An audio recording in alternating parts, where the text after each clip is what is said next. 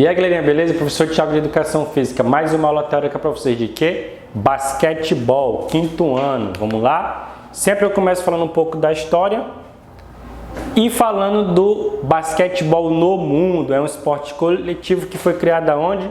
Estados Unidos, praticado no mundo todo. E já em 1936, nas Olimpíadas de Berlim, o basquete masculino se tornou um esporte olímpico. E o torneio feminino só foi estrear 40 anos depois. E aonde? Montreal, no ano de 1976. Certo? Venho trazendo a imagem do basquete americano. Aí no arremesso, um jogo. Em 1946 foi criado o que? NBA.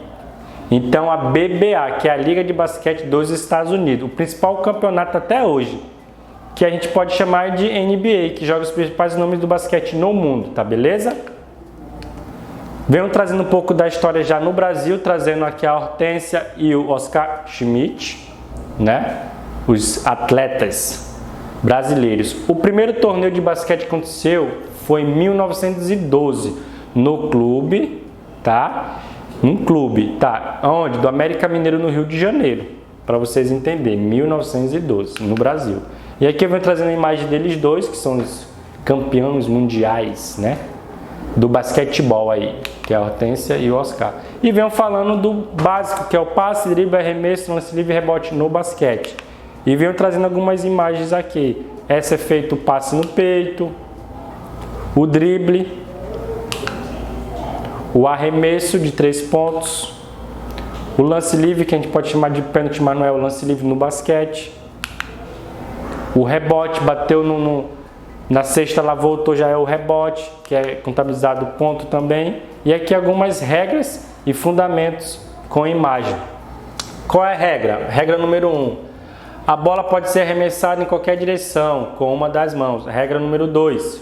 A bola pode ser tapeada em qualquer direção, nunca dando cotovelo nem punha, tapeada, tá? Para poder tirar a bola do amigo. E terceira, o jogador não pode correr com a bola, tem que arremessar lá de onde pegá-la, certo? Duração do jogo, bem básica, nunca esqueçam, são 4 tempos de 10 minutos. Já na NBA, onde eu falei lá, que é a Liga Internacional lá dos Estados Unidos, são 12 minutos, certo? Aqui venho trazendo a imagem, voltando para o Brasil, que surgiu em 1892, o basquete feminino, viu? Decorem aí. E por aqui eu fico até a próxima aula. Valeu!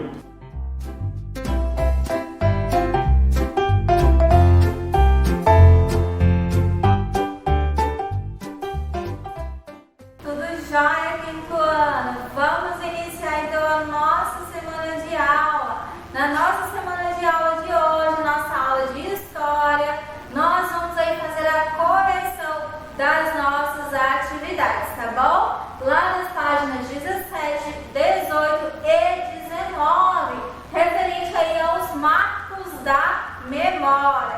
Então vamos lá para a nossa correção. Olha só, na página 17 do livro de vocês, né, na primeira questão, ele vai pedir o seguinte: explique a diferença entre estes dois marcos da memória, o dia 13 de maio e o dia 20 de novembro. Então, qual a diferença dos dois aí? Vamos lá. A data 13 de maio destaca a Princesa Isabel como personagem central da abolição da escravidão, ao passo que a data 20 de novembro coloca o povo negro, representado aí por Zumbi dos Palmares, como protagonista da luta pela liberdade. Então, essas duas datas, como semelhança, falam sobre a luta da escravidão, a libertação desse povo em relação à escravidão. Como aí diferença entre esses dois, a gente tem a primeira lá, no dia 13 de maio, nós representamos o quê? Representada aqui a Princesa Isabel como aí a principal personagem pela liberdade do povo africano. Já no dia 20 de novembro é comemorado o Dia da Consciência Negra, que representa o que o dia 20 de novembro? Vai representar aí Zumbi dos Palmares como o principal autor dessa data, ou seja,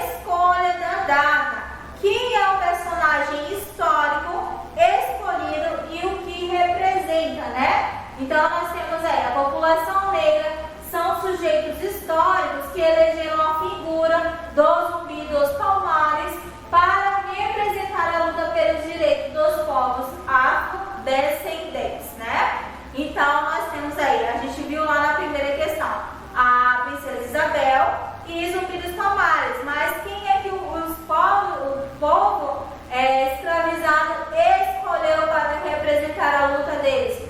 Zumbi dos Palmares, tá bom? Então aí na questão 3, né? Relacione a primeira coluna com a segunda. Então dia 20 de novembro representa o que? O dia 20 de novembro. Data criada para lembrar a história da luta dos negros. Dia 7 de setembro, né? Data criada para exaltar a figura de Dom Pedro I. Dia 21 de abril, data criada para fortalecer os ideais da República. Então, a gente tem aí cada um relacionado à sua data, né? O dia 20 de novembro, data comemorada aí para lembrar a história da luta dos negros, ou seja, o Dia da Consciência Negra. Dia 7 de setembro, para exaltar a figura de Dom Pedro I. E 21 de abril, criada aí para fortalecer as ideias, né, da República, ou ideais da República, tá bom? Então, a correção da página 17. Na página 18, vocês teriam que ler o que? Este texto aí. Então, a professora vai ler só a parte do texto aí, que está falando o quê? Durante muito tempo nas pesquisas sobre o passado, os historiadores consideravam mais importante estudar as realizações de reis, rainhas e de outros governantes. Dessa forma, os marcos de memória que se tornavam conhecidos pela sociedade só se destacavam as ações de grandes personagens. E os historiadores pesquisavam apenas em documentos oficiais. Atualmente, as pesquisas e os estudos na área da história consideravam as ações de todas as pessoas no tempo, independentemente de serem homens ou mulheres, e da condição social desses indivíduos, né? Seja escravizados, crianças, idosos ou não, tá bom? Na página 18, na primeira questão, ele está pedindo o quê? Assinale a alternativa correta sobre as mudanças que ocorreram no estudo da história da humanidade. Vamos lá. Na história, apenas os governantes são estudados porque eles foram responsáveis aí por grandes realizações e por isso devem ser lembrados pelas pessoas. Só os governantes devem ser lembrados? Negativo, né? Então, está errado. As pesquisas históricas do passado se concentravam em investigar os principais governantes e grupos mais ricos da sociedade. Não houve mudanças sobre quais as pessoas devem ser estudadas, houve muitas mudanças e ainda ocorrem com o passar do tempo, né?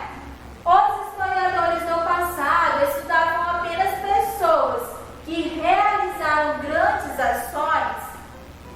Atualmente, os pesquisadores investigam aí também outros grupos da sociedade por meio de diversos vestígios. Sim, as fontes históricas estão aí, a internet, os livros, né? Para pesquisar muitas pessoas. Então, a alternativa correta é a última, tá bom? Na questão 2 aí, na letra A, ele está perguntando o seguinte: o pensador Walter Benjamin escreveu o quê?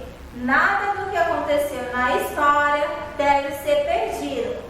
Considere essa afirmação e converse aí sobre as seguintes questões.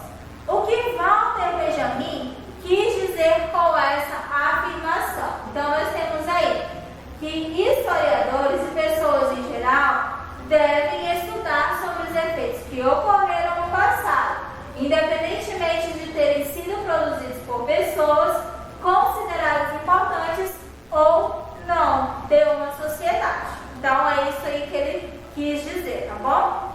Na questão B, você concorda com o que ele afirmou?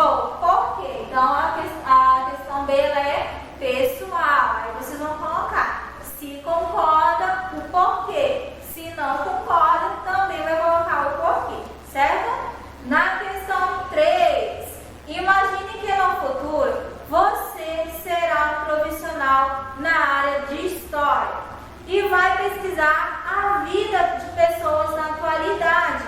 Considerando essa situação, responda em seu caderno as seguintes perguntas. Então, vocês lembram que lá no plantão a professora deu o exemplo sobre isso daí? A professora falou, o Vitor fez um desenho muito bonito, e aí esse desenho, ele ia ser deixado como um marco da memória pelas pessoas que estavam lá no nosso plantão na quarta-feira. E aí o Vitor, ele ia ser lembrado pelo aquele desenho, ou seja, aquele desenho ia se tornar um marco da história, né? Então as pessoas que estavam ali iam conhecer a história do Vitor, iam falar sobre o Vitor, mas eram histórias que teriam que ser o quê? Verdadeiras. Ou seja, essas pessoas iriam investigar a história do Vitor, onde o Vitor nasceu, qual foi o motivo pelo qual ele fez aquele desenho, ou seja, aconteceu alguma coisa nesse ano de 2020, o Vitor vai fazer uma obra, alguma coisa relacionada a esse período. Então é considerado como um marco da história. Ele seria lembrado pelas pessoas, não só nesse período, mas também futuramente. Então é um exemplo aí que vocês podem colocar. Aí vocês deveriam colocar as questões, né? Na letra A, que grupo de pessoas você gostaria de pesquisar? Professora, como assim esses grupos de pessoas, né? Aí a professora colocou o exemplo. Pode ser profissões, religiosos, voluntários, mulheres, papéis sociais, como o pai ou a mãe, o irmão, entre outros. As fontes, elas podem ser os objetos, a entrevista, fotografias, entre outros, como por exemplo, pelo desenho, pelo livro ali que o Vitor fez. Então a gente vai pesquisar a obra dele. Então vai ficar aí como textual para vocês, né? O que você gostaria de pesquisar sobre esse grupo?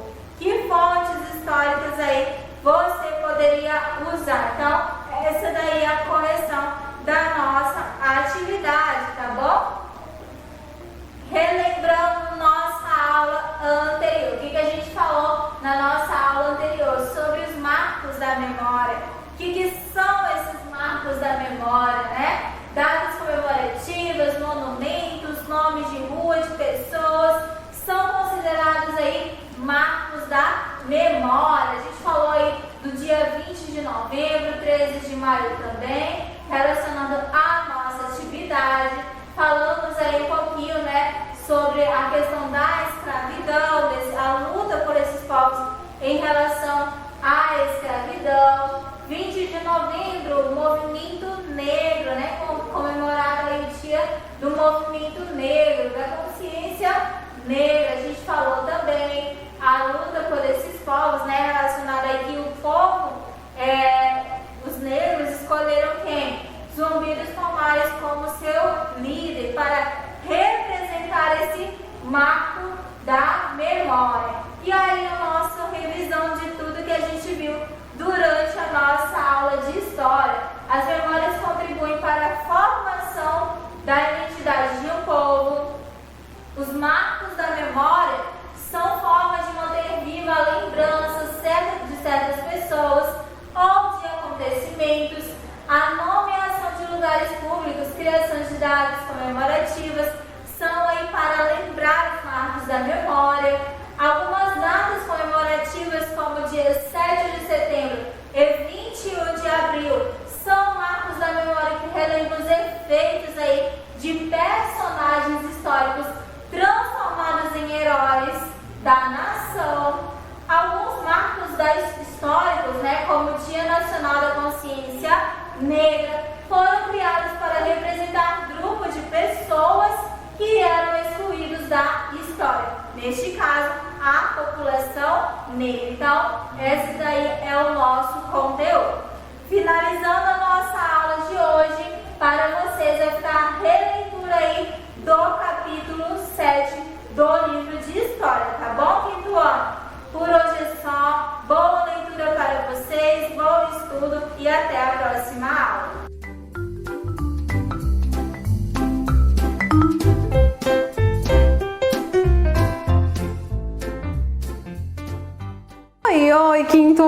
tudo bem com vocês? Eu espero que vocês estejam todos bem. Estamos começando a nossa aula de matemática. A gente ficou um tempinho aí afastado sem algumas aulas, mas estou muito feliz de estar retornando aqui com vocês, tá bom? Então vamos começar a nossa aula da forma divertida e animada que a gente sempre tenta fazer, né? Vamos lá, hoje a aula de hoje acontece no dia 9 do 11, tá bom? 9 de novembro. Estamos aí quase finalizando o nosso ano, não perdendo aí o objetivo de finalizar com notas boas, com conhecimento, tá bom? E que ano que vem nós estaremos, vocês, né, estarão indo para o 6º ano, estarão crescendo muito mais, obtendo novos conhecimentos. Vai ser um pouquinho mais difícil, mas eu sei que todos vocês são capazes, tá bom? Quem tá ansioso para ano que vem, espero que esteja estudando bastante aí, porque ano que vem é outro nível, viu, gente? Então vamos lá. Estamos trabalhando aí, estaremos trabalhando na aula de hoje o conteúdo de números decimais e porcentagem. Olha quem voltou aí para nossa vida. O conteúdo de porcentagem é um conteúdo assim que alguns têm uma repulsa, mas nós vamos trabalhar ele. E se tiver apresentar algumas dúvidas, tá bom? Do processo, nós estaremos entrando no plantão, né, na quarta-feira e tirando essa dúvida, beleza? Então as páginas que nós estaremos realizando hoje serão as páginas 21, 22 e 23. Nessas páginas nós colocamos a data do dia 9 do 11. Então bora lá começar nossa aula? Beleza, a página 21 nós temos aí o seguinte: em 2010, o Instituto Brasileiro de Geografia e Estatística, o IBGE, publicou os resultados do censo demográfico sobre a população indígena no Brasil. Vamos seguir. O censo 2010 revelou que cerca de 4 em cada 10 pessoas, das mais de 896 mil que se declaravam ou se consideravam indígenas, viviam em áreas urbanas, tá bom? 4 em cada 10 pessoas, ok? Então vamos lá. Você já sabe que podemos representar aí a fração de indígenas que viviam em área urbanas por meio de uma porcentagem. Inicialmente nós começamos na forma aí fracionária. Foi falado lá no nosso texto que é 4 em cada 10. Então nós temos 4 de 10. Então nós temos a fração 4 décimos. Beleza? Lembrando que nós podemos aí transformar a nossa fração aí decimal, né? Que tem aí o nosso denominador 10 numa fração que vai ter aí o denominador 100, porque já que a gente vai trabalhar com porcentagem, nós precisamos ter um denominador 100, inicialmente para facilitar a nossa vida. Lógico que depois nós podemos também entender aí, associar algumas frações que não tem um denominador como 100, como porcentagem também. Beleza? Então, já que a gente tem a fração inicial 4 décimos, nós já visualizamos que, observando o denominador 10, simplesmente multiplicando por 10, nós teríamos um novo denominador 100, ok? E se a gente multiplica embaixo, a gente também multiplica em cima, que é o que a gente faz com 4. 4 vezes 10, nós temos lá 40. Agora nós temos aí a fração 4 centésimos, ou perdão, 40 centésimos, ok? E aí, simples, quando a gente visualiza uma fração que tem o nosso denominador 100, é muito fácil nós expressarmos através da porcentagem, sendo aí 40 por 100, né? 40%. Simples, né? Inicialmente está muito simples. Vamos lá. Acompanhe agora como calcular a quantidade aproximada de indígenas que viviam aí em áreas urbanas no Brasil em 2010 por meio da proporcionalidade. É um conteúdo que nós já trabalhamos, tá bom? E nós estamos retomando ele. Primeiro nós calculamos aí quanto que é 1% de 896 mil pessoas. Porque aí, ó, o total é 896 mil. Se é o total 896 mil, ele é o 100%. Então nós trabalhamos com a coluna da porcentagem e a coluna da quantidade. 100% é 896 mil.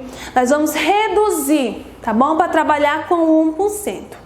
Trabalhando com 1%, como que eu trabalho? Simplesmente eu observo que 100 dividido para 100 é igual a 1. Simples, né? Nós sabemos que todo número dividido por ele mesmo é igual a 1. certinho? E se eu divido de um lado, eu divido do outro para se manter a igualdade, ok? Então, dividindo aqui, simples, né, as divisões por 100, quando nós trabalhamos assim, é muito tranquilo para nós realizarmos. Então, 896 mil dividido para 100, nós simplificamos, né, retirando 2 zeros, e aí nós vamos observar, temos como resultado aí 8.960. Lembrando que nós tiramos 2 zeros por quê? Por causa que é dividido para 100. Se fosse dividido para 10, tirávamos 1 zero, simplificávamos, né? Já foi explicado para vocês como que nós realizamos essas divisões, beleza? Então aqui 1% é 8.960. Agora nós precisamos aí, ó, nós já sabemos que 1% é 896, né? 8.960. Vamos lá. Agora nós precisamos calcular 45% de 896 mil. Como que nós calculamos? Levando em consideração o 1%. De novo, o 1%, ele não é aí, ó, 8.960? Então, simplesmente, nós vamos pegar 1%, o resultado de 1%, e multiplicar por 45, que aí nós vamos ter aí o 45%. Multiplicando aqui 8.960 por 45, tendo todo o nosso processo que nós já sabemos realizar de multiplicação, né? E aí, observando que nós temos como resultado aqui dessa multiplicação 403.200, ok? Logo aí, o 45% de 896 mil é exatamente 403.200, ok? Logo, 403.200 indígenas viviam aí em áreas urbanas, certinho? Vamos ver outro exemplo aí de proporcionalidade, para nós calcularmos aí o 25% de 3.500 indígenas, ok?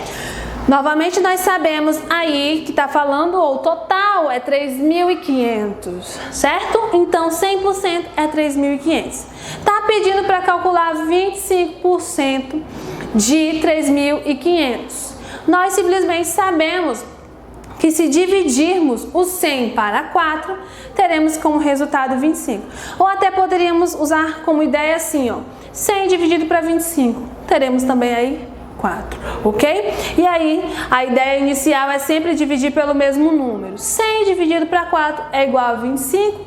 E aí, do outro lado, da mesma forma, obtendo aqui 3.500 dividido para 4 é igual a 875. Então, essa aqui foi mais simples do que a outra, né? Essa aqui a gente só simplesmente dividiu e já obtivemos o resultado. Aquela outra inicial, nós fomos como? Fizemos aí o 1% e depois multiplicamos o valor de 1% por 45. Essa é uma estratégia que nós estaremos usando. Reduzindo para 1% e depois multiplicando pela porcentagem que está pedido, beleza?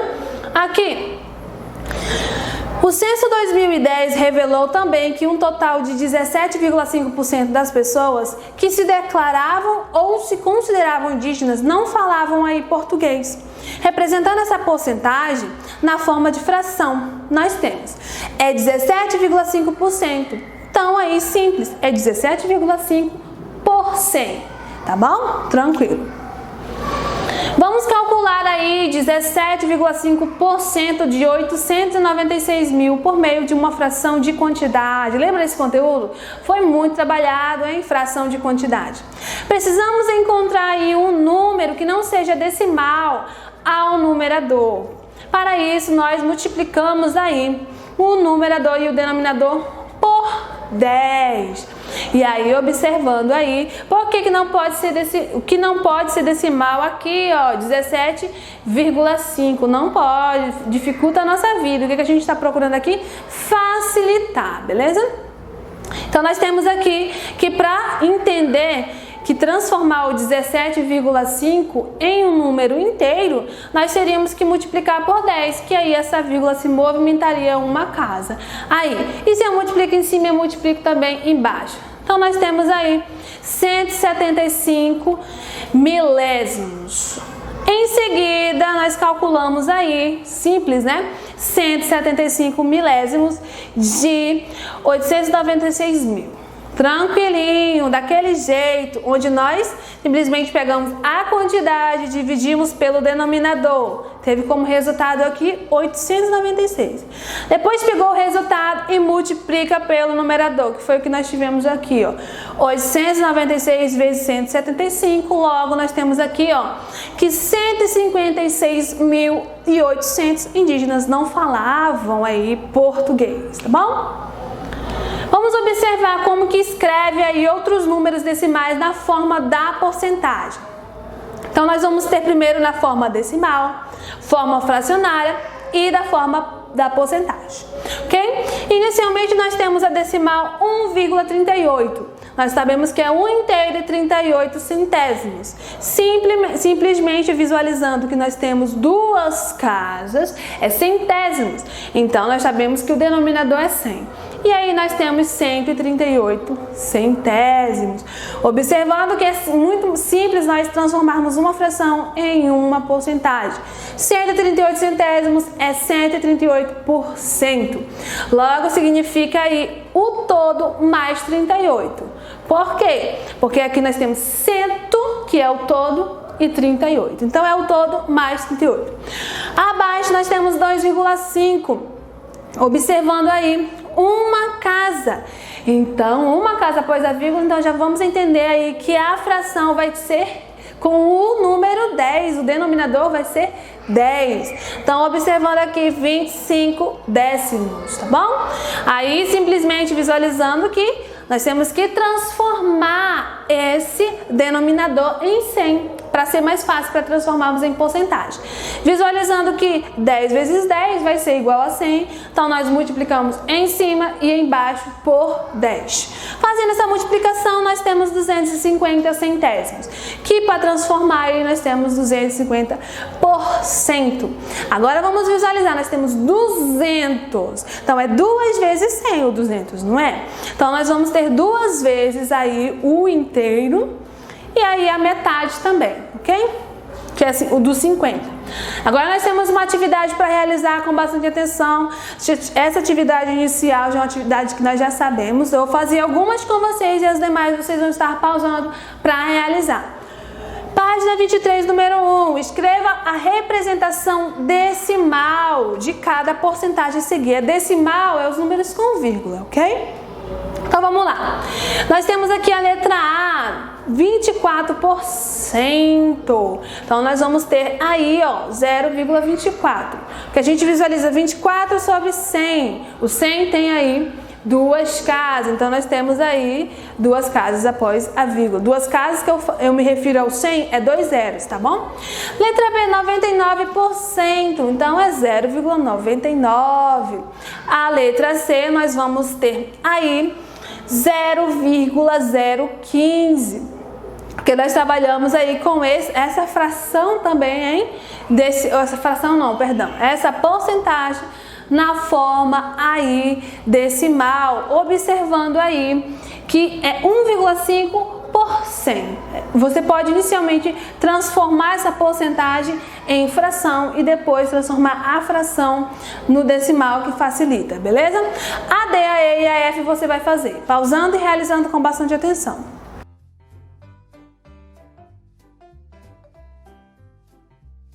Voltando aqui, a gente tem 5%, simples, 0,05, né? O 120%, nós vamos ter 1 inteiro e o 20, ok? Porque é 120, o 100 é 1 inteiro. E nós temos aí 10,9, nós vamos ter aí 0,109. 2. Escreva os números decimais na forma de porcentagem. Agora é o contrário, viu? Ó. Nós já temos, vamos observar aqui, ó, tem duas casas, então aí é 2%. Duas casas, lembra do 100 que tem 2 zeros, 2%. Aqui, olha, o que a gente tem? 1,5, nós vamos ter aí 150%, porque nós vamos ter um inteiro, é o 100. E aí é o 0,5, nós sabemos que 0,5 é a metade, e a metade de 100 é 50. Então nós temos 150, ok? Aqui nós vamos também visualizar 0,045. Uma ideia que eu também posso dar para vocês é simplesmente movimentar a vírgula duas casas, porque já que a gente está trabalhando com porcentagem, é com o denominador 100, né? Sabemos que o 100 tem 2 zeros, então movimenta aí a vírgula duas casas, ó. 1, 2, parou entre o 4 e o 5, nós temos 4,5%. A D, a E e a F você vai estar pausando, realizando com cuidado, com atenção. Então vamos lá, pausa e realiza.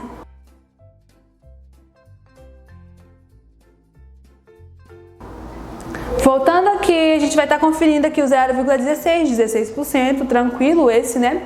Aqui nós temos 0,006, movimenta a casa para frente duas, né? Duas casas, e aí nós temos 0,6%. Aqui nós vamos ter na letra F 12,5%, beleza? 3. Observe a quantidade de alunos que usam óculos em uma turma de 5º ano. Vamos observar que nós temos 6 alunos que usam óculos. Letra A. Se nessa turma há 25 alunos, qual é a porcentagem de alunos que usam aí óculos? Então nós vamos observar que nós temos inicialmente a fração 6, 25. 6 usam e 25 é o total. 6, 25 avos, ok? Transformando essa fração inicial na fração aqui, na fração com o denominador 100, para facilitar a nossa vida quando a gente trabalha com porcentagem, né? E aí, observando, teríamos que multiplicar por 4 em cima e por 4 embaixo, ok? 6 vezes 4, 24, 25 vezes 4, 100. Aí, simples, 24 sobre 100, 24%. Letra B. Qual é a porcentagem de alunos que usam óculos aí em sua turma? É pessoal e plantão, vocês vão relembrar aí, vamos lembrar aí quem é que usa óculos na sua turma, e aí nós vamos conversar aí no nosso plantão, compartilhando aí as ideias de cada um, de como faz aí a porcentagem, beleza? 4. No final de um campeonato, o time de futebol de Gabriel havia ganhado 15 jogos dos 20 que participaram.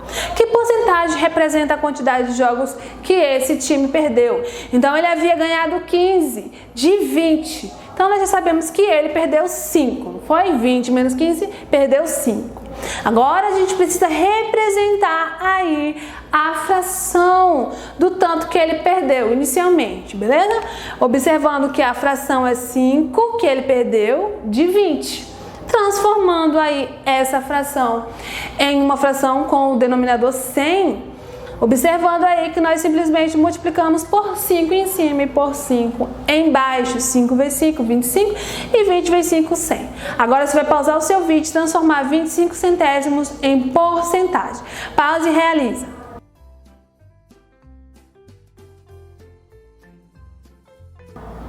Voltando aqui, a gente sabe que 25 por 100 é 25%. Tranquilo para a gente realizar, né? Finalizando aqui, concluindo a nossa aula de hoje, onde nós iniciamos aí o nosso conteúdo de números decimais e porcentagem, ok? Trabalhando muito divisão e multiplicação. Por isso que eu falo e repito para vocês, é essencial o desenvolvimento dessas operações. Elas não vão sair, é lógico, a gente precisa trabalhar adição sim, subtração sim, com certeza. Mas a divisão e multiplicação, por ter essa dificuldade, a gente precisa trabalhar mais nelas, tá bom? Então trabalha aí em casa, principalmente a tabuada, que é algo essencial aí para a vida de vocês. Trouxe aqui os alunos que entraram no plantão da quarta-feira, 5º ano, né? Foram poucos, tá bom? Comparado aos outros plantões. Pode ser que vocês acabaram se esquecendo, porque não tivemos aí plantões nas semanas passadas, mas não esqueçam de mim, a gente tem plantão nas quartas-feiras.